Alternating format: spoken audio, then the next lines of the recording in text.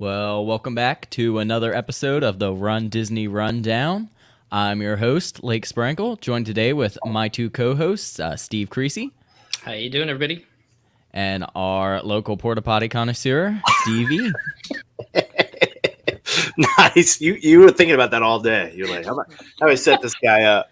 I think about intros now all the time. I'm like, what's going to be funny with these two? I like it. Good stuff. All right, so we're going to shy away from talking about specific races for a little bit, but don't worry, we will be back with some princess coverage here real soon. But we actually had a suggestion for an episode come into us to kind of discuss some of the differences and benefits and even maybe cons of Run Disney races versus other races. So we're going to kind of go and break this down, talk about, some bigger marathons, major races, and even the benefits of, some smaller local races that you can pretty much do every weekend. So, hey, go ahead. Go ahead.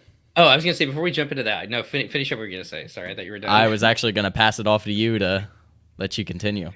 Before we jump into that, I want to give you a huge shout out for your videos that you've put up over on MouseGen from Marathon Weekend, because I saw a couple different comments that I never really thought, because I'm not very creative, to do this, but there were several people that have kind of watched your videos while they're running on the treadmill, and I think that's awesome. And I have yet to do it, but I'm running 5 miles tomorrow on the treadmill, so I'm going to take one of them with and watch your the 10K while I'm running it. So I think that's a great option. So if anybody hasn't taken a look at that, kind of a different way to watch the videos. Yeah, I didn't intentionally do it like that at first, but then at Marathon Weekend, someone was like, "Oh yeah, I watch your wine and dine on the treadmill. It's like the perfect length for these runs." I was like, "Oh, okay." So I've even thought about just taking them all and mashing them all into one big super dopey race.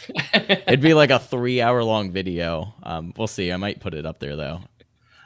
I've seen people do that. Some people live stream the events too, and they'll. I've seen that. Yeah. Yeah, they'll live stream almost the whole thing, and or sometimes the entire thing, and people will run on the tread. If you since YouTube has all the copyright laws, you can, if you have your phone and you get a little playlist going of Disney music, and then you have maybe an iPad or another device where you're streaming it, you really get the immersive experience there if you want to go crazy on that. But it's pretty cool. Yeah, your videos are great. Yeah, Thank definitely. Hey, so we've got a special guest. I'm going to let you introduce her because she's going to join us because she just got done running a pretty major marathon, was it in the fall? It's in the fall when the marathon is that she ran. So I'll let you introduce our guest who's coming on to us, and like to welcome to the show, Kelsey. Hi. Thank you. Hi, Kelsey. Thanks for joining us. Hi, Kelsey. Hey, Kelsey. Nice to meet you all. Nice to meet you. Welcome. Yeah. So, Kelsey, why don't you just give us a quick what's your Run Disney background? My friends challenged me to run a half marathon, and I had no desire to run a half marathon. And eventually I was like, okay, I'll run a half marathon, but it has to be a destination one. And I saw that they had the Tinkerbell half marathon in Disneyland. And so I got a group together and we signed up to do that. And I was like, oh my gosh, how can I ever do another race? Because this was so much fun. And so then we wanted to do the coast to coast. So we signed up for that wine and dine race that following November. And then we've been doing them ever since. That was in 2017. Was that the last year they did Disneyland races? It was. Steve, did you ever get to do a Disneyland race? No, they ended right after we really started running down at Walt Disney World. So I'm kind of bummed. I can't wait for them to come back. I'd love to do a half marathon down there. Yeah. If you guys ever, I hope so. If you ever look at Run Disney's social media, every single time they post, it's almost like there's bots that post bring back the Disneyland races. It's just this flood of bring back Disneyland races, and I guess they have a tiff with the city of Anaheim and all sorts of logistical issues to do it. But that's really cool that you got to do that. Yeah, I'm in the same boat. I wish they'd bring them back because for the 10K, all 6 miles are between Disneyland and California Adventures. You don't even leave the park. So wow. it's really cool. That is neat. And I think that's one of the things that people love most about it is because you never leave the park. If they ever brought that back, the websites would break. There would be no way it would be able to sustain the demand. It'd be crazy. I'm going to have to pull up the course because I'm trying to figure out how you get 6 miles between those two parks, but that would be super cool. I wonder if anybody had any videos of it. Sorry, Kelsey. I'm sure. Oh, no, that's okay. So we only did the half marathon, but I know that the 6 miles are in there because the first 6 miles of the half, you're weaving in every part of Disneyland, and then you weave in every part of California Adventures. They do start you out on one of the roads out there, and you eventually head in, but most of that first 6 miles is in the parks. That's so cool. Katie got to do the Disneyland half. I think one of the last years they did it. That's really neat. They need to bring that. They need to figure out a way to bring it back. So we got one comment. Frank says, "I did a coast to coast," and he agrees with you, Kelsey. It was a lot of fun. So, yeah, I know. And Disneyland Paris is still having active races, right? They haven't brought them back yet, Okay. but they also haven't said "Hey, we're not doing this anymore." Yeah. So I think everyone's just kind of waiting. Bucket list, folks. Bucket list. There we go. Yeah, definitely. Well, I think you're going to be a perfect person to bring on today, Kelsey, because we're going to talk about what makes Run Disney special and kind of compare it a little bit to some of the bigger road races or maybe even some of the local road races that we've ran. And you just recently ran, was it this year that you ran Chicago? Well, I guess it was last year technically, but yeah, I did. But the past Chicago Marathon. So I'd love to kind of get your thoughts on what it was like to run that versus running at Walt Disney World. So should we jump into the topic, or anything else you guys want to talk about? Now let's get into it. Meat and potatoes. Meat and potatoes. Okay, let's talk a little bit about registration. I thought this was sort of interesting. I pulled up just a couple of different marathons to kind of focus on the marathon. We realized that Run Disney is more than just marathons. It's 5Ks, 10Ks, and whatnot. But I wanted to try and touch on some of the bigger races around the country too, just to see how they kind of compared. And most marathons today, the larger ones, have two ways of entering, either general or running through a support charity. And I think for the most part, the Run Disney races do as well, right, Lake? And I'm asking you that as you're taking a drink. Sorry. Yeah, for the most part, yes. The only difference, which I think you were probably leading into, is a lot of the world majors have some sort of lottery system as well. Which is one thing that I actually like about Run Disney and Marathon Weekend specifically, because it is one of the larger marathons that you can just sign up for. Or I should say larger marathons in the United States that you can just sign up for. Kelsey, Yes. What did you have to do for Chicago? So before COVID, I had signed up for the to run in a charity because I didn't have a qualifying time because I'd never ran a marathon before. And then when I had a qualifying time, I just submitted a qualifying time and they gave me a spot because I had a qualifying time. If you don't have a qualifying time or you don't want to fundraise, they do have the lottery option, which you just go through and you register as if you were registering for the race. And then if they pick your name, they charge your card. If they don't pick your name, then you have the option of running for a charity. Can you kind of explain what the now I'm totally drawing a blank. You just said it, the qualifying time. What does that mean for people that don't know what that means? So most of especially the 6 world majors, they require you to have a qualifying time. Because there are so many applications. And so it kind of drives people to work really hard to get a qualifying time. And that gets you automatic entry. And then because there are so many applicants, if you don't fit into that tier, then you have other options which are not guaranteed. And those are pretty fast times to be able to qualify, correct? Yes, for Chicago, in my age bracket of 30 to 35, I had to submit a 340. So that's moving. Yeah. Yeah. And I think Boston, by comparison, Boston for women, it's 18 to 34 is 3 hours and 30 minutes, and 35 to 39 is 3 hours and 35 minutes. For men, it's 3 hours for 18 to 34 and 3 hours and 5 minutes for 35 to 39. So Boston, I think, is one of the more difficult Boston's ones. the strict or the toughest, and on top of that, especially with Boston, even if you run that time, you're not guaranteed. There's only it's a certain like pool of people within that Right. time, and Yep. if you're basically like on the slower end of that, you can get booted out basically. Mm-hmm. So Boston is the strictest one of the United States, just because everybody wants to run Boston. So some of the world majors that are out, Berlin is the hardest. So for my age group, it's actually 18 to, I believe, 50 is one big bracket, and for females, you have to run a 3 hour. So Wow. for that one, a lot of people submit for the lottery. Wow. My brother and his husband ran the Berlin Marathon this year. They got in through the lottery, but yeah, they were pretty lucky to do that. So I guess to kind of reiterate this topic, registration with the bigger marathons, I guess the benefit, well, for Run Disney at least, is you can just log on that morning. And recently, it's been a little bit easier. I know in past times, it's been a little tougher to register for some of the races. Like, what's your experience been now for Princess Weekend and kind of going forward as far as being able to get a spot? I mean, everything but Springtime Surprise, which I guess wasn't a surprise, was fairly easy. I'm trying to think. There's still the half for Princess was still open up until I think when I checked 2 or 3 days ago.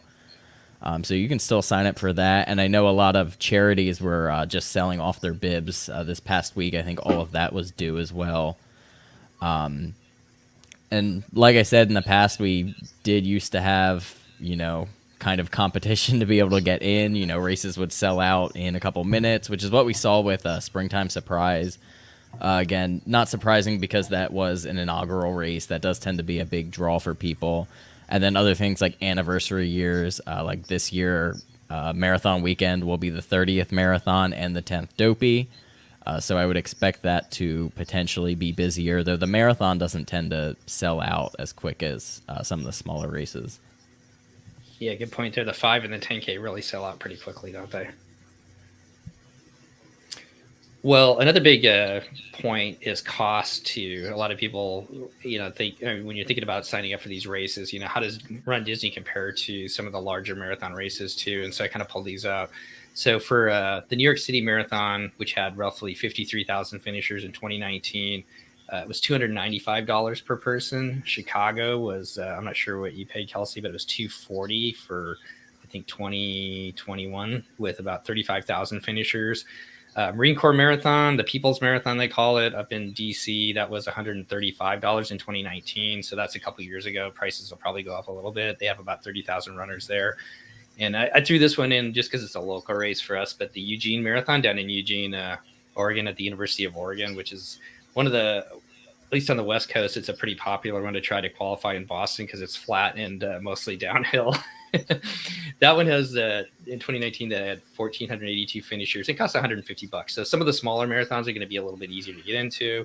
You can still sign up for 2022's Eugene Marathon, and so you can always go that way. You don't have to go to the bigger options. But I think, in all honesty, as we'll get to, that I think that the Run Disney races really do kind of compare in a lot of ways to the bigger ones. In 2021, Run Disney was $195 for both the marathon and the half marathon. So with that's kind of a rough look at prices. Let's talk about some of the training programs. Most of the big races have some type of training program or plans, whether they're free or paid. Kelsey, did you use that with Chicago or any other races that you've run, or do you do something completely different? I did. So I used the Chicago specific marathon training plan, and they gave you an option between beginner, intermediate, and advanced. And so I followed the advanced plan for all 16 weeks. And I haven't used a specific plan for any of the RunDisney ones. RunDisney is a little bit different because it's Jeff Galloway. Like, do you want to talk about Jeff, or Steve? Do you want to talk about Jeff and his program? What do you guys want to talk about here?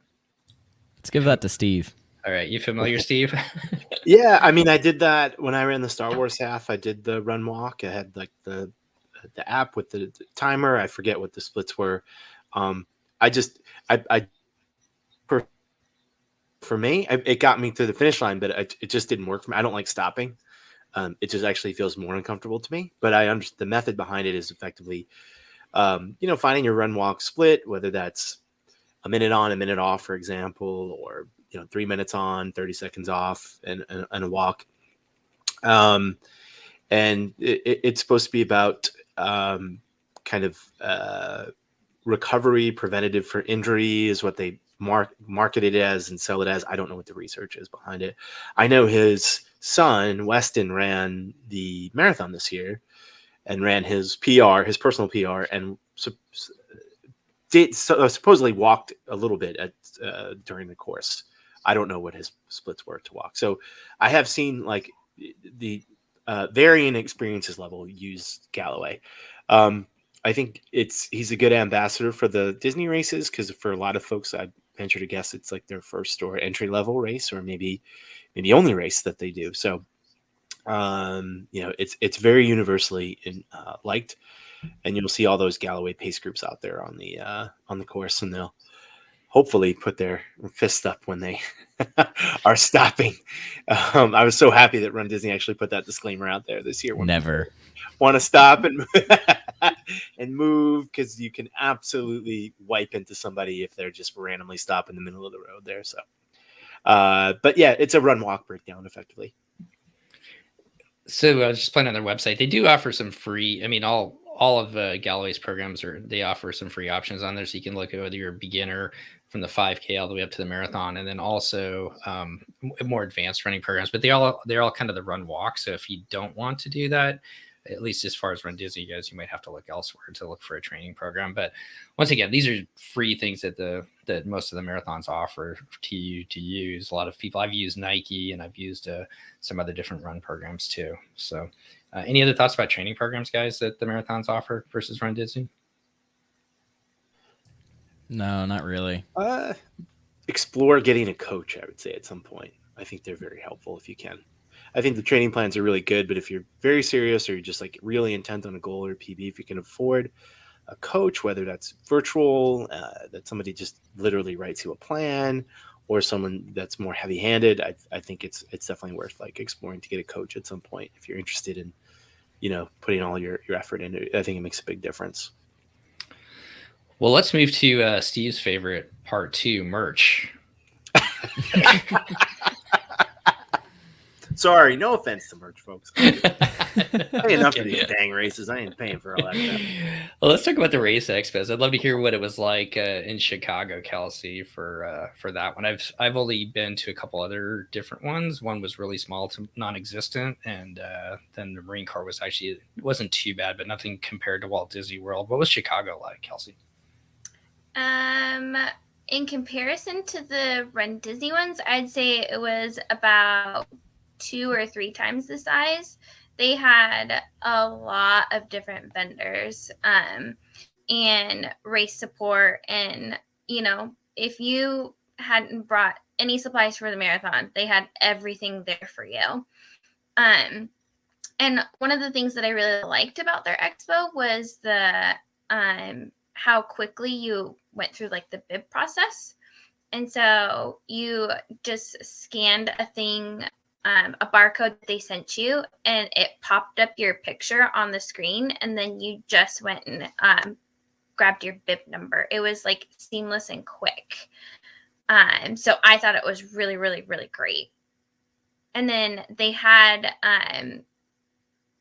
just tons of different things that you could buy in regards to like Chicago specific or just any of the other products. I'm gonna guess there was probably more like major brands there. Like that's one thing that's missing from Run Disney is like you don't get like Brooks or like Hoka or like, you know, major shoe brands there. Was there more of that there? There was, yes. That's cool. Yeah. There was a lot of the bigger names, and I don't know if this is on the same topic, but in Chicago, the Nike store, because Nike makes the Chicago t-shirts and the Chicago merch, the Nike store in Chicago had a deal for racers too for all of Chicago specific merchandise. And there was deals for all of the runners. So what you didn't find at the expo, they had a bigger selection in the Nike store. That's cool. That's really cool. Yeah, that's smart too, because they don't have to pay for extra space at the expo. I think that's something. I have no idea what the costs are for companies to be at the Disney Expo. I would imagine it's pretty costly. I don't know. But I do wish they would integrate a little bit more of that at, you know, not to say that something's serious or not serious, but just a little bit more of like a shoe brand or showcase at some of the expos at Disney, you know, but it's usually just Fit to Run. It's there. They used to before. Oh, really? I think before COVID, it might have been just before COVID. New Balance was always the Run Disney sponsor, and they would have a whole like wall of Run Disney specific shoes. So whatever the race weekend was, they had a, like for Princess, they had mermaid themed shoes, or Toy Story shoes, or some of the other Disney specific shoes. They used to have that. Oh, wow. I forgot about that. Yeah, and they would do like shirts and stuff, because I have a like a racer tank, and it's like Hercules themed. It's one of my favorite shirts, and it was like the last race that they had done that. And I was excited to go back and like see if they had something new, and they weren't there anymore. And then yeah, the shoes are always very coveted, because they would basically launch like a new shoe for each race weekend, and they would just like sell out instantly unless you were like on like the far spectrum of the different shoe sizes. See, that's pretty cool. Missed the glory days. So. I remember those shoes that like it was kind of a big deal the first race that we ran, because I think it was kind of the end of it too, where like it was just about impossible to get. Christy, you said, hey Christy, she's joined us. She said Chicago in 2010 was insane. It was huge. And I'm not sure what the other comment is. Maybe you understand that. I think that's just a spam bot. Okay, that's what I thought too. So all right, good. Yes. We've aliens are here. We've reached the Russians. So they're spamming us. Yeah, look, there we go, right there. They're coming. Protect Ukraine. So I want to say one, like kind of a flip side of it. Lake, you just ran a local race. Did they have any type of expo whatsoever for that you ran today? No. And I'm not putting it on the spot at all whatsoever. No. Typically for like a lot of our local races, they will do pre-bib pickup at our local fleet feet. And typically if you're running the race, they'll give you like a 10% discount on any shopping you do that day. No, this race was like a local trail 10K. I literally like walked up, 10 minutes before the race started and signed up there, because I didn't know if I was going to run it until the night before. So no, they did have a good snack selection though. I'll give them that. And that wasn't to pick on the local race whatsoever. It's just to say that like going and running a 5K and a 10K and have everything that Run Disney puts into it that you get to experience by going to the expo is actually kind of a pretty cool thing compared to most like local 5 or 10Ks that you're going to be able to run out there. And I would be remiss if I didn't say, how did you do today, Lake? I did win the race. Woohoo! So funny story about this though. So it was a trail race and it was at an ATV park, and you know, I have that fear of getting lost like on a trail race that I think anyone has when you run trails. And they were like, oh, but we'll have an ATV in front of like the lead pack. I was like, oh, okay, cool. I'll just follow the ATV. And then I ended up winning doing that because I just didn't want to get lost. Perfect. Hey, by the way, I pulled up on eBay. You can still get some New Balance Run Disney shoes on eBay, anywhere from $80 to up in the 200. So if anybody's interested, so checking that out. All right, let's talk about something else that's a little bit different from some of the other races. We kind of talked about time placement, Kelsey, but and maybe you can touch on this and have a better feel between you and Lake, Kelsey, is that once you enter a race like Chicago or New York, even if you don't qualify for a qualified time, you're still going to have to generally give them a time. And if you do, they're going to place you in a corral kind of associated with that time. Versus Run Disney, they've really kind of broken it down to 2 corrals up front now. Am I right, Lake? And then after that is kind of, I don't know how people end up where they are. I don't really know what to call what Run Disney is doing right now, to be honest. I mean, it used to be very set. It was like Corral A, B, and C were all time-based. And even, I think, possibly D. And you could basically, you knew like what time was going to get you into what corral. And I don't know what exactly is going on with that. It's kind of all over the place.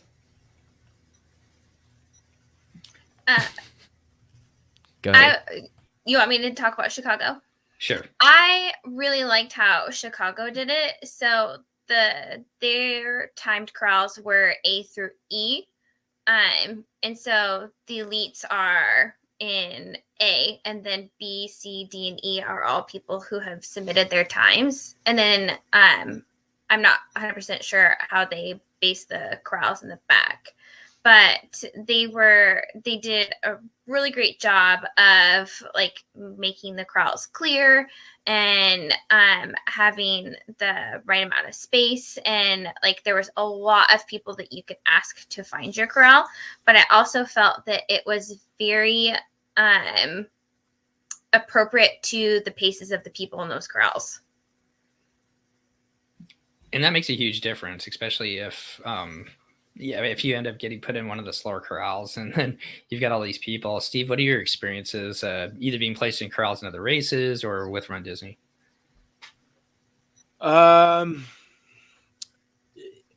Yeah, well, Run Disney kind of, I've talked about this before, but it changed a little bit post-COVID after like Wine and Dine with their start groups and stuff.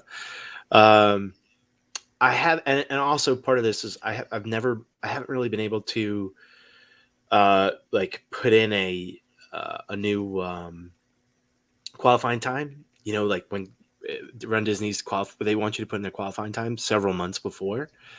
And when Wine and Dine came back on, I hadn't run a race like a lot of us in a long time. So I was still giving, old information from a previous 10K that I'd put in. So I haven't had a chance to have a lot of movement within there. I could talk about this a little bit, but I did the Orlando half in 2020, like during COVID when nothing was happening. And the Orlando half is awesome. It's put on by Track Shack, which is the same people that put on the Run Disney events.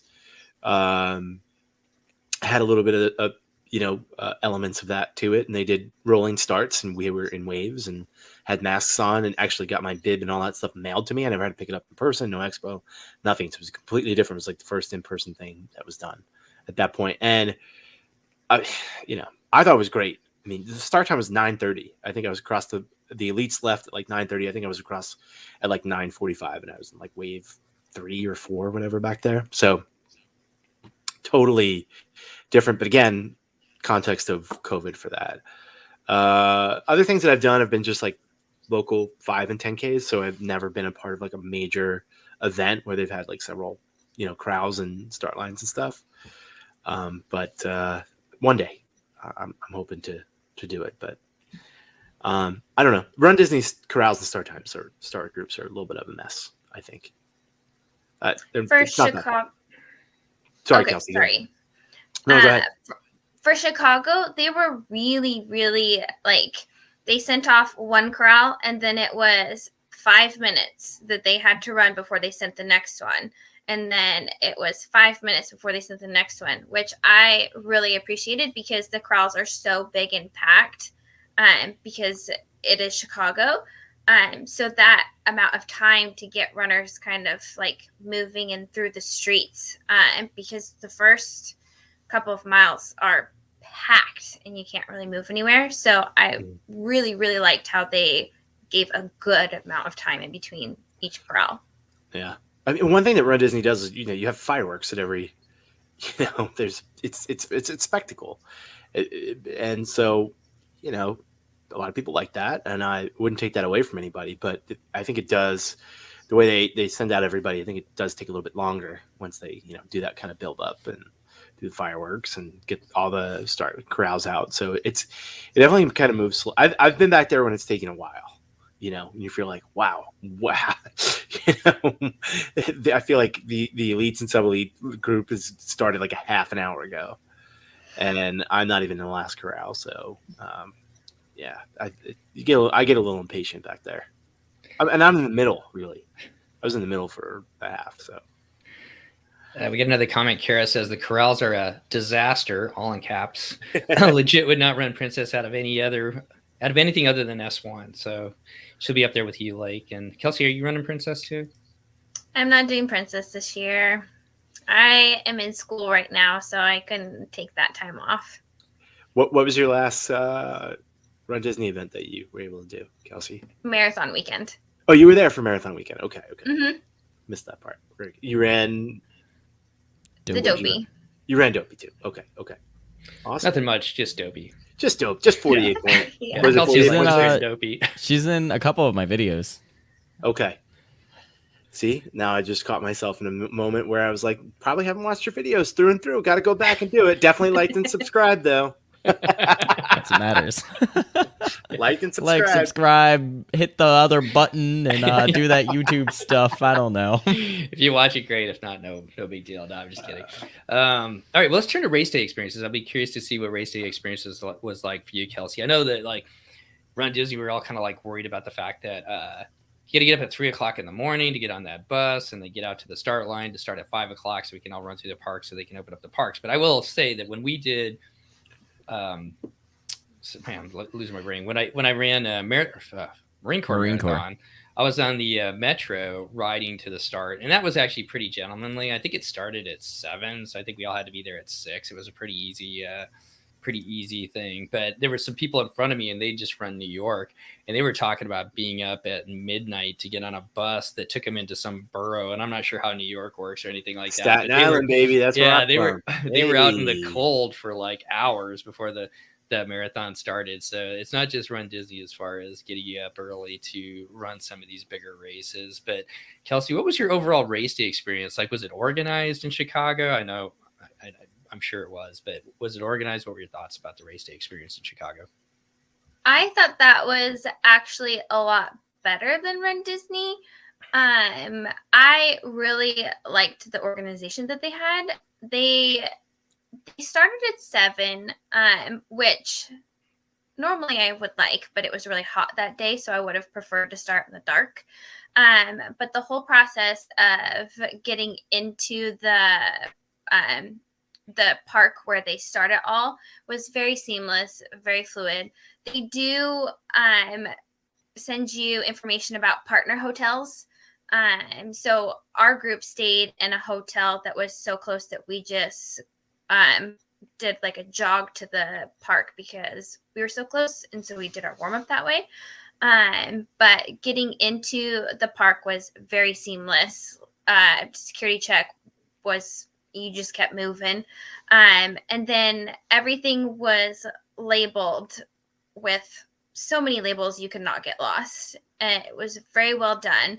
And another thing I like about Chicago is they had millions of porta potties. Like, you didn't have to nearly stand in a line like you do at Run Disney. It was super quick. They had them everywhere. And then the race itself, I don't know if you want me to talk about that, but the race itself, it was fun. Yeah, we can get to the race here in just a second. Lake, what's been your experience in some of the other races as far as organization? I mean, I haven't really ran anything big that's not Disney, just because the Disney races really are like my big local races. I mean, yeah, we still go and like get a hotel, but I haven't, done really anything else quite as big as that. I am planning on running Space Coast this year, so I'm excited for that experience. I've heard pretty much nothing but good things about that race, and I would eventually like to run some, if not all, of the world's majors. I just have to get fast and get some good qualifiers for some of those, because those are pretty intense. Other than that, like, I kind of joked about showing up 10 minutes before that local race and signing up, but like, how awesome is that to just like roll out of your car right before a race and just walk up to the finish line? Like, there's definitely a lot to say about locals that are like good. Like, it's not all, Run Disney. There's a lot of hurry up and wait. Hurry up, get to your corral so that you can stand in the front for an hour and be cold and get yelled at about your Mylar blanket for an hour. Yeah, we used to do a turkey trot. Although the company that did it's gone out of business, but it was just like a little 5K turkey trot every Thanksgiving, and it ended by a Starbucks. And it was always, it was a small enough race. It was easy to get into and grab your Starbucks and have some warm hot chocolate afterwards. Not quite like having a beer with you, Steve, afterwards. That's why I keep coming back. But definitely low key and enjoyable than being at some of the bigger ones. Let's talk about the actual race day experience. Well, we are talking about the race day experience, but like the course then, Kelsey, as far as like spectators, what did you think of the course itself? And then maybe food, or I'm saying food and beverage, but how do I say that better? Like, it's not really food and beverage like along the course. Fueling and on-course, like on-course support. Is that what you're looking for? Yeah, there we go. What was your thoughts about that, Kelsey? So kind of the course in general, and then fueling and on-course support as well. I loved the course. The course took you, it was a big loop. You did a loop one way and came back in, and then did another loop and came back in, and did a third loop and came back in. And they took you by a lot of the major sightseeings in Chicago, the sports fields and the arenas. But the one thing that I just could not get over about Chicago compared to Run Disney, no joke, every inch of the course has someone. And there are so many people in the city of Chicago coming out to cheer on all these running strangers. But the people, there was no way to like get discouraged, because you have millions of strangers like telling you to keep going and you can do it, and they have all these signs. And the other thing about Chicago is you go through a bunch of districts, so the districts themselves will put out some sort of entertainment. We went through the drag district, and so there was a stage of drag queens up there singing. And then we went through Chinatown, and there was some restaurants that like had little bites of their food for you to grab as you ran by. And then there was another district where I'm pretty sure it was like the pub district, because people were like handing you like cups of beer as you went by. Sign me up. Yeah. And so the race atmosphere, it's incredible. And as much as Disney puts on entertainment, and there's only sections of the course where there are people, whereas Chicago, I loved every inch had someone cheering you on. And even when you go through the neighbors, people had their sprinklers going for you to run through, and random groups of strangers had like popsicles or red vines, or there was so much random food. for people who've run, so I started Run Disney 2019. Yeah. Has the spectator situation gotten worse? That's what I've understood, that like there's less people that Disney kind of allows out on the course, with timing in which they allow them into the parks and limited, particularly like I think certainly during COVID, they've had some limitations. Does anybody know if there's been like less? I know Christy's here as well. Less people out on the course. I've understood that at one point there was more people out there. I don't know if you guys know. I definitely know, like when you come down Main Street and you're in the Magic Kingdom for the half and the full, there's definitely a lot of people. But for the most part, like a little bit out on Grand Floridian Way, sometimes by the boardwalk, but there's certainly like really nothing at Epcot at all. Just cast members and stuff like cheering you on. I don't know if anybody recalls or has done earlier events, but seems like spectating's pretty thin aside from like the boardwalk and over on Main Street. A lot of cars honking. That's fun sometimes when you're running. I don't know if they're making fun of you for being dumb and waking up at 2:30 in the morning, or just like, or if it's a vote of confidence, but I'll take it. Yeah. Kara made a comment there. Yeah, you can go with that comment, Steve. So I feel like the issue is park reservations and hopping. I used to see family in every park. Now it's Main Street and wherever we have a reservation. Yep. I'll add on to that too. I think there's a lot of different like smaller reasons why spectators has decreased. For one, like parking at resorts is basically like non-existent if you're not like, yeah, I'm here to pay a lot of money to eat your food. Mm-hmm. If you want to park at the Poly, which the marathon goes right by, they're going to basically laugh at you and say, no, go park at TTC and walk over here. But I even heard like people were having trouble getting to the Poly from TTC because too many people were trying to do that. And then on top of that, if you look at the marathon course specifically, you're basically running like 15 miles on like back roads now. Whereas before, like even Osceola, you can kind of get out to Osceola pretty easily. And I believe they would let people over in at the ESPN area before. Mm-hmm. So I could definitely see where a lot of that has cut back as well. I do like to see spectators out there. I think a major marathon would be a lot of fun to be a part of, for sure. I mean, there's definitely nothing more hype in like any Run Disney race than when you're like getting into Main Street and everyone is just like cheering like crazy and you're running in towards the castle and they're playing music. Like that is like peak like motivation and like that's like, yeah, this is why I'm doing it. This is why we're here for this. But I need that at like mile 10 on the on a half, or like I'm sure mile like 18, 20, as opposed to like at the halfway point, because then it's all like downhill from there.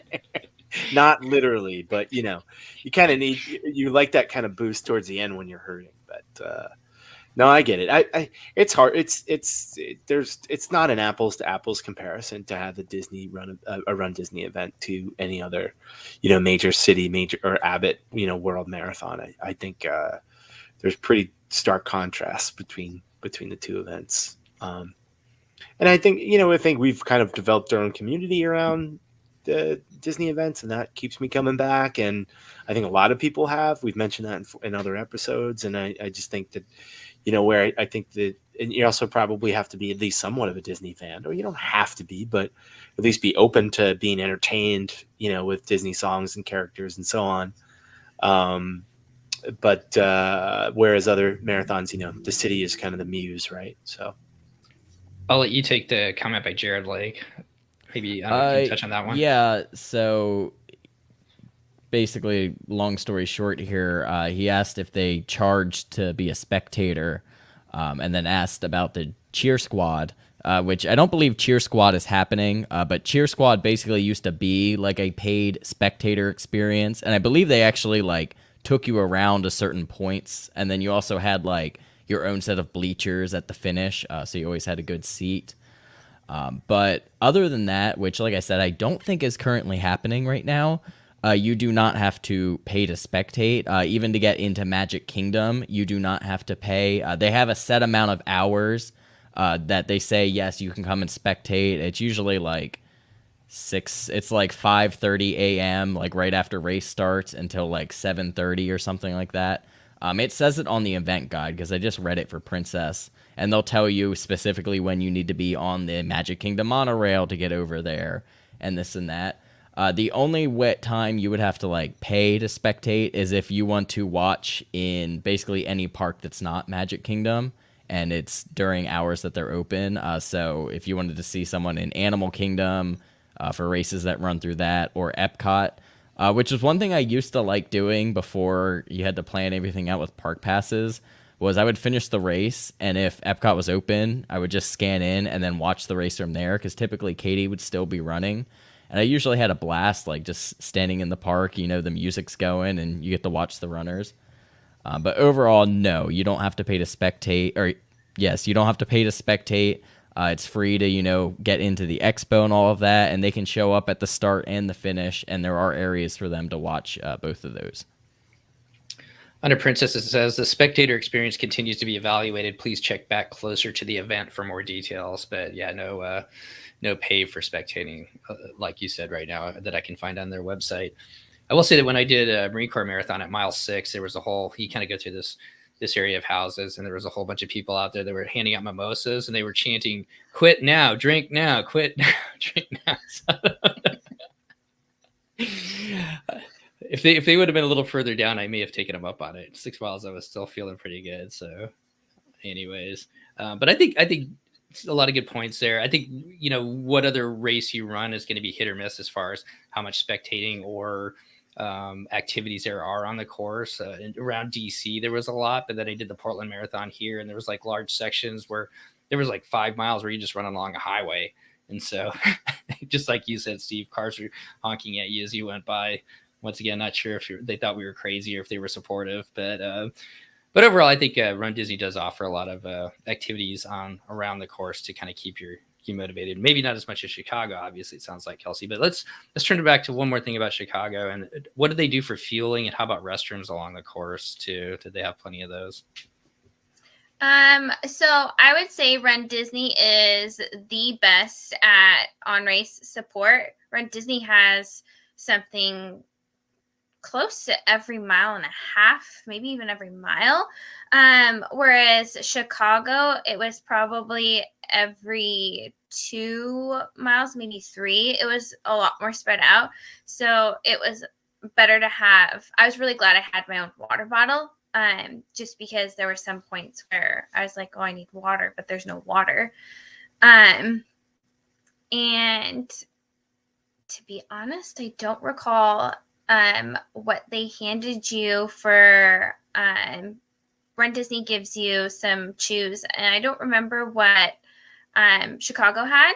I do know that towards the last third, they were giving out bananas for people who needed bananas, but there was also so much other stuff from just random strangers of like gummy bears and candy and oranges, grapes. It was probably the whole grocery store along the course from random people. But they did do there was a lot of water tables. So if you were in one of the first water stops where it was really crowded, they had so many water tables that you had several opportunities to go get water because of the amount of people.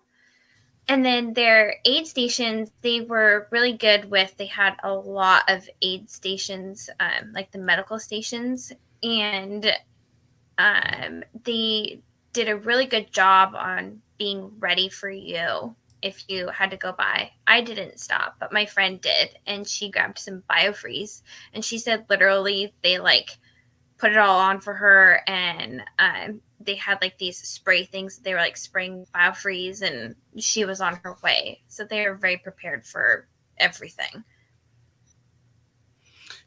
That's awesome. I think Kara said there was Gatorade Chews. Gatorade, I think, was the sponsor for the Chicago Marathon. So they probably had some fuel along the way, the Gatorade endurance products. That sounds about right.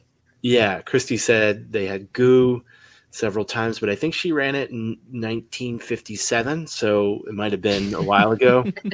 Love you, Christy. Yeah. I had to get something in there. I pulled this up quick. This is the Wine and Dine half course. And for a 13-mile course, there's 9 water stops. So even earlier than every mile and a half. But they're not evenly split out there. And then there's also 6 different aid stations there, or medical stations, and then 1 food stop.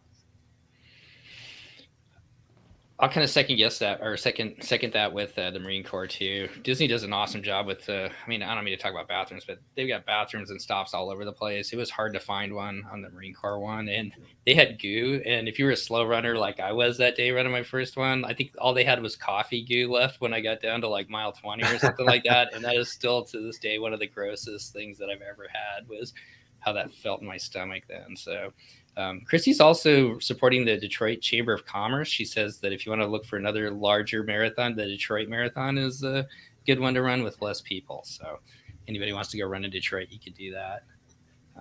Some good tips there. How about anything else that we haven't touched on as far as race day experience, guys, that you have questions for Kelsey? Well, I feel like this is a huge topic because there's so many different races. But what I understand about Chicago too, I think it's something to, really that deserves maybe, more discussion, is Chicago's relatively flat compared to, say, New York or Boston. And so it's somewhat of a faster marathon, if you will. Although this year, I think it was kind of warm for Chicago. I think it was very warm for Chicago. Right. Yeah. And I had a few friends actually run Chicago. So I feel like Chicago's a good, I don't want to, like, I guess, inclusive marathon, if you will, like not as intimidating as Boston, when you're coming up on it. Was that Heartbreak Hill or in Boston? Someone's got to correct me, right? So I think Chicago of the majors is a little bit of an easier entryway, not as intimidating, I should say. No marathon's easy, but not as intimidating. And the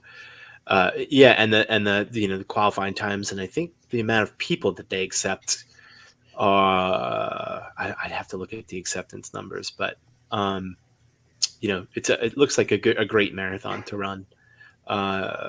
Steve, I wanted to just really quickly, but what was interesting, I looked this up too for New York because I really am interested in running New York. It's my hometown. They start the professional men's and women's around 8:40 in the morning. Men's are around 9:05. There's 5 waves, and the last wave apparently goes out at noon. I did not know that.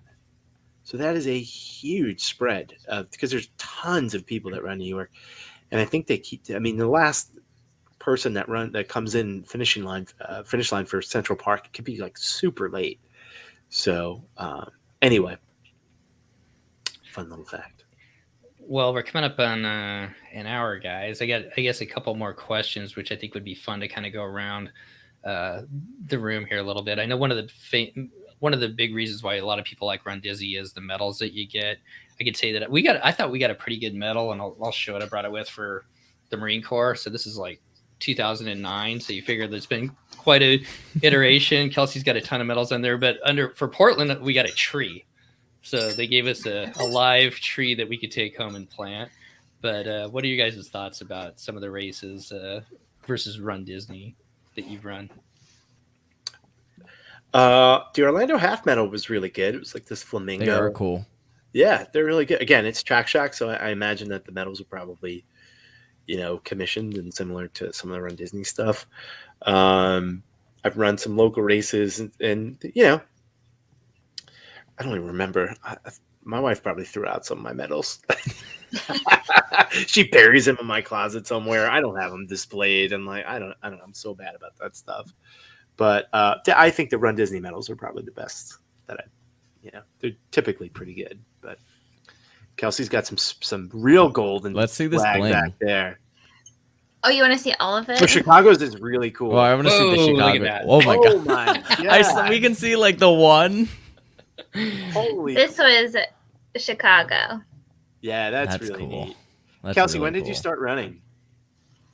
Is that 17? You said? Yes, that's when I actually started running. 2017. Mm-hmm. You've racked up all those medals in 5 years. Mm-hmm. So I'm tired just thinking about that. Oh my god! When I turned 30, one of my goals was to run 30 races in my 30th year.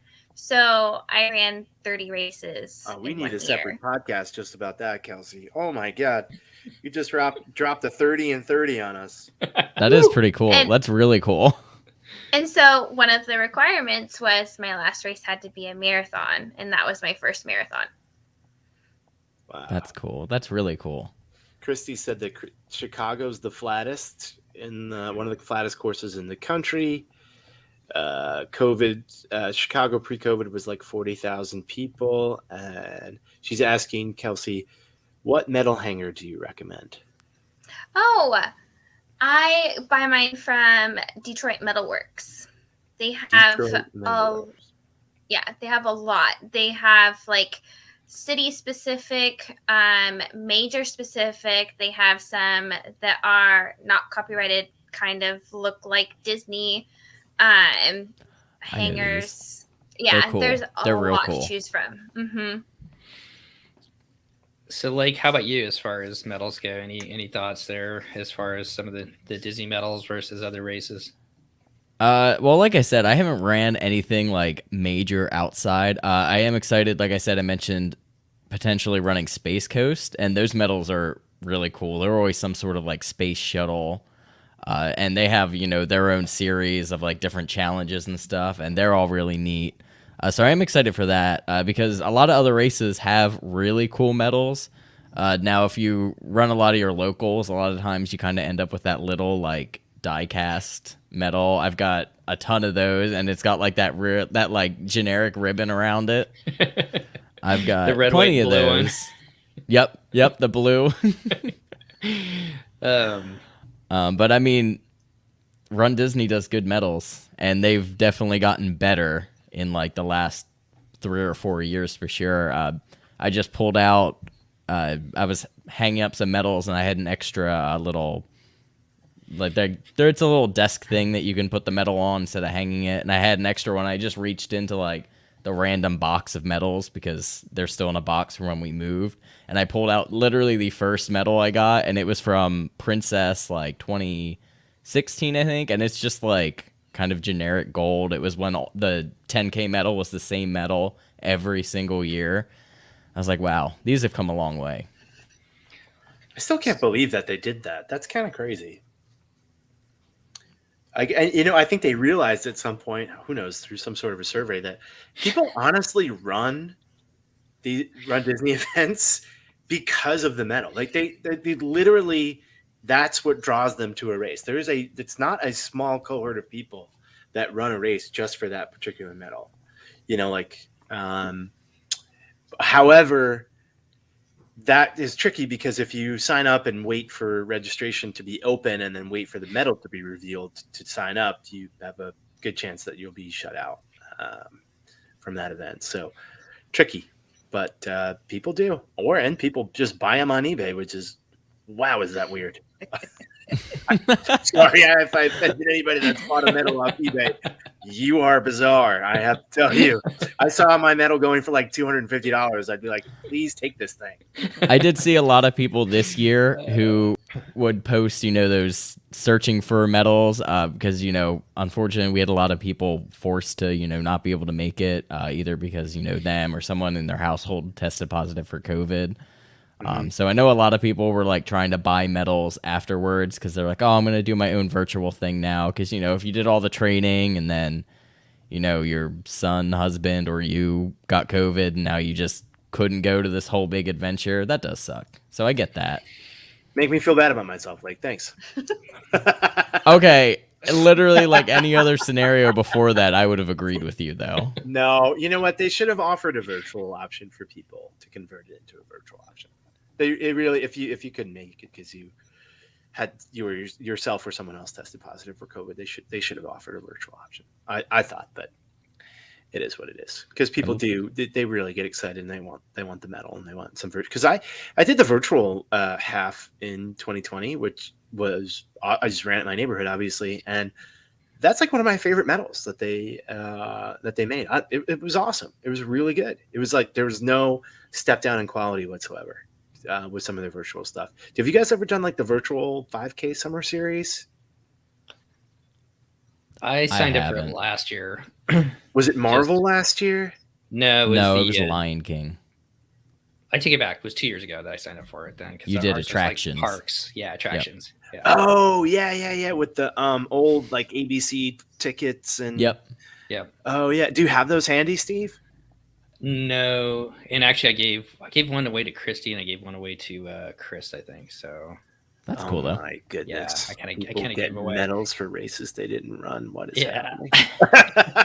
I think I made them run something before they did it. Maybe I'm busting Christy's chops tonight. She's not even here. All right, so okay, so our last topic, and I kind of put it down. I think Run Disney always gets a good pat on the back for being a good, friendly place for people to run. If it's your first time running a bigger race, I think the running in general, the running world in general, is pretty supportive. Whether you're running Chicago or Run Disney, so I know that when I did the Marine Corps, the very first marathon I did, the people that we were around, everybody was really supportive and was kind of talking to each other and kind of hey, let's keep it going kind of thing a little bit along the way. So I'm not sure that I do think that Run Disney is a great place to start. But if somebody wasn't going to start Run Disney, do you guys have any thoughts as far as maybe a local race or something that you'd put them to? The one that came to me was the Rock and Roll Series. We've done that. No, you disagree with that one, Kelsey? No, I have done quite a few rock and rolls here in Seattle. Oh, good. And Iron Man just bought them out like 2 years ago, I think, maybe 3. But since Iron Man brought them out, they have gone downhill. Their customer service is awful. The last rock and roll that we did was in 2019 because they canceled 2020 for COVID, and then 2021 they just had a lot of reasons why they couldn't do it. But in 2019, they the support on course, there was nobody at the water stations. The volunteers that they did have were like sitting on the ground next to it. The goose station that they had, everything was in a box, so you had to run by and grab it out of the box. Open the box. Yeah. Sorry, hold on. Literally. I just want to cross them off the list of potential sponsors. Well, I'm glad you're here and brought that up, because we had a really good experience with them, but it was like 2015, which we did a half, and so it's been quite a while ago. So I loved 2017 and I loved 2018. Both of those I thought were really great. And then when the organization switched, there were parts too in the last one we did where it was really steep in certain parts of Seattle, and there was no warning. There was no people around to be there if somebody fell. It was really steep. And then the start line, the whole start line was a mess. We had to hop fences to even get into our corrals.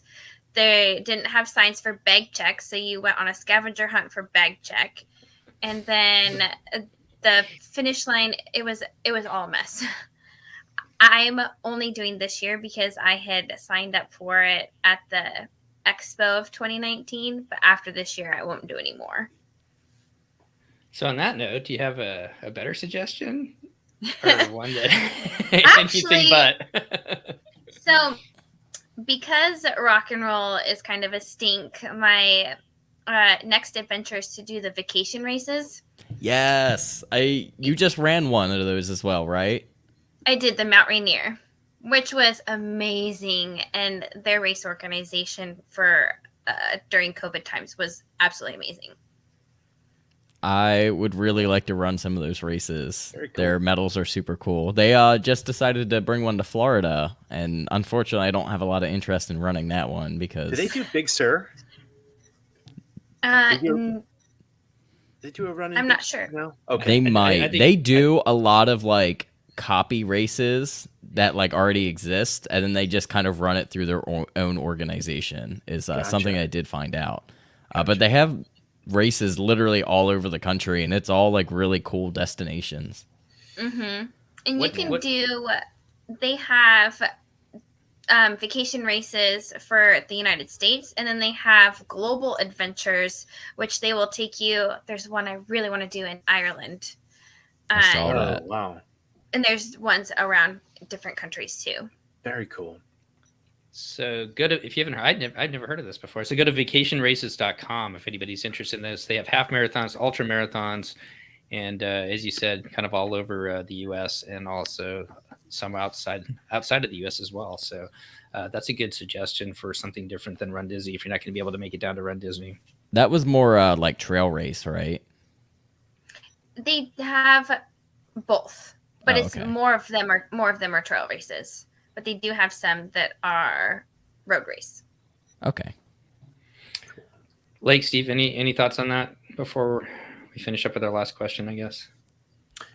Nope. I don't know if any of you guys have ran it, but another kind of similar to the rock and roll style where they have races all over is the Best Damn races. I don't know if anyone's ran any of those, but I've heard pretty much nothing but good things from them. They just did St. Pete was yesterday.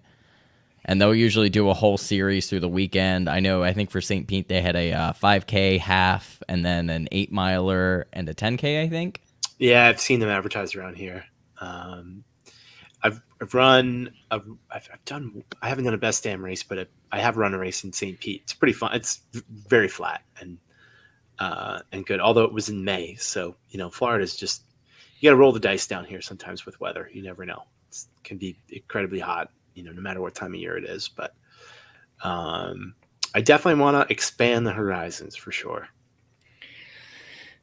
Well, I guess as we kind of finish up, this was kind of a look at some differences between Run Disney. We kind of touched on mostly your experiences at the Chicago Marathon, Kelsey. I'd love to go around and get everybody's, and I'll let you know what the question is before we finish up, is like, what is maybe your one thing that you do enjoy about the Run Disney races for people as we do that. But before we get to that question, I'll give you a couple seconds to think about it. Princess Weekend is coming up February 24th through the 27th. I know you're running in at Lake, you and Katie. And Steve, are you running it? I can't remember. Oh, no. Okay.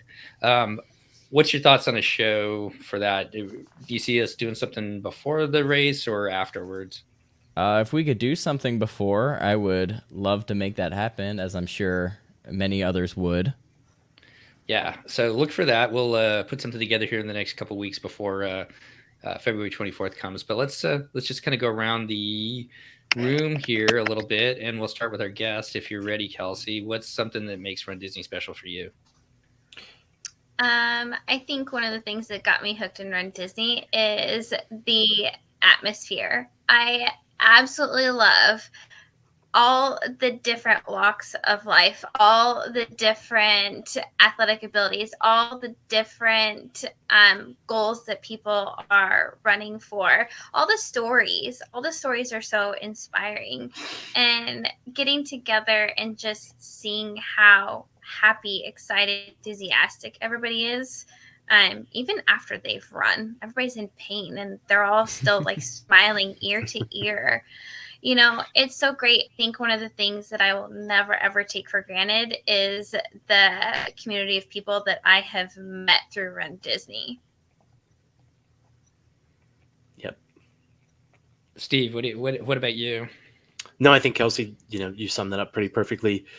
It's become, if it was going to be like just a one and done for me, just something I wanted to challenge myself to do, is I never thought I'd run, a half. And get to that distance, and then then it became like, I met other people, and it just expanded, and the community's really great. It's a very big spectacle. It's at this point, I would not say it's a place that I think that like it's not like a pure runners event, if you will, which is a good thing and a bad thing. I like sort of the easy access, less crowds, reasonable start times of other races, things like that when you really want to run. But Disney obviously knows how to put on a show, and like the spectacle of it's really fun. So yeah, that kind of draws me in a little bit. I do think I'm ready to kind of branch out and do some more local stuff and just mix it up a little bit, for sure. And also, I just want to say, Kara ran the Donna today. In Jacksonville, they had a half and a marathon. That's really cool. Congratulations! Awesome. I know I saw it was windy. Pretty good weather, but I thought the winds were pretty high there, so I was wondering how the people were going to do. It looks like didn't impact times too much, but that's great. Yeah, I heard it's a good race. So it's up in Jackson. I was just pulling it up as she said that. She said she highly recommends it. The amazing support and cheering on the whole course. It's up in Jacksonville, Florida. If anybody's going to be down in the Florida area or listening in the Florida area, and the February will be next February. This is the 15th, and it helps support, helps finish breast cancer. Always a good worthy cause there, for sure. Lake. I think Miami was today too, right? Was it today too? Huh? I don't know. I'm pretty sure. Yeah. I gotta look that up. I think Miami was today. You weren't running it, obviously. No. Yeah, Miami was today. Lake, how about Miami Marathon you? was today. Our glorious leader in Run Disney here. I don't know about that.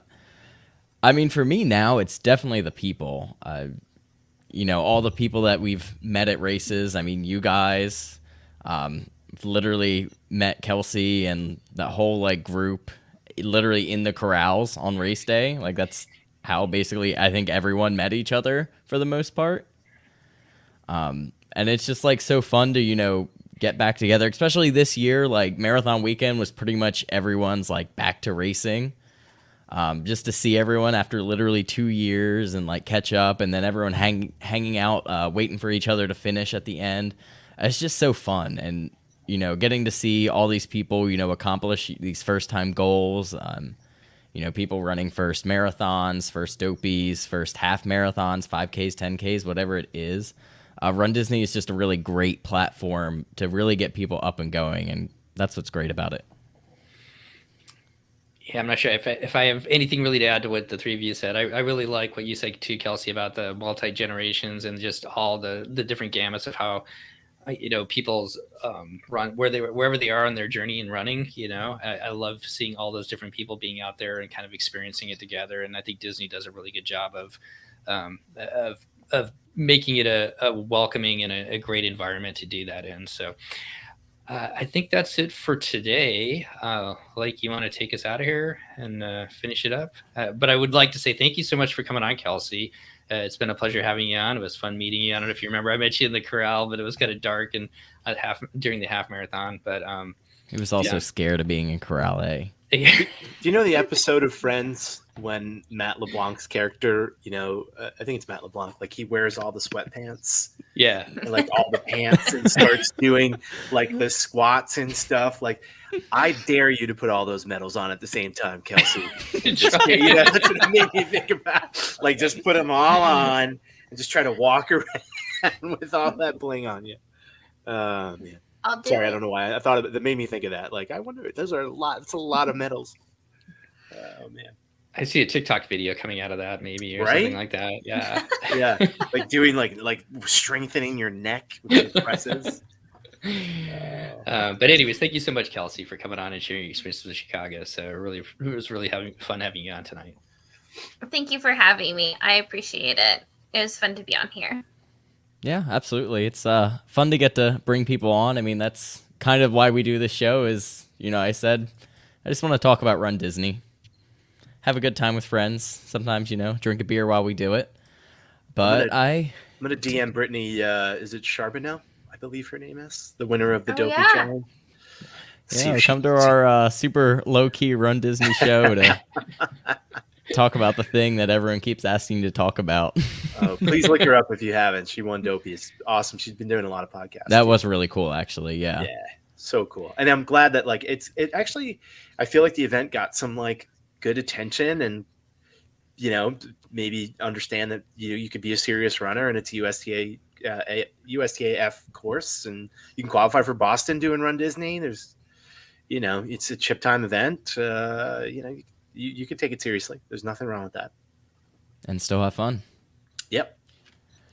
But I think that's going to do it for this episode. Thank you all so much for watching. Thank you for everyone who was in the chat. We had a lot of questions and a lot of just different comments tonight, so that's really cool.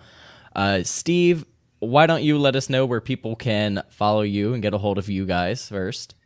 Yeah, you can follow us over the DCL podcast. I guess at some point we need to talk about maybe finding another, putting it on like its own podcast feed, but you'll be able to listen to this at least for now on the DCL podcast if you want to listen to just the audio version. If you can't listen to it or watch it on YouTube, but check us out over there. Yeah, and you can find me at MouseGen on YouTube, as well as mouse.gen on Instagram and MouseGen on Facebook. Most of our content is YouTube focused, just like this show for us here. We will be at Princess Weekend, and we will be doing lots of filming there. And we have all the different race videos from Wine and Dine, Marathon Weekend, and all sorts of reviews and stuff from many, many other Run Disney weekends. So if you haven't, make sure to like, subscribe, ring the bell, all of that fun YouTube-y stuff. And we will see you all next time. Bye, guys. Bye, everybody.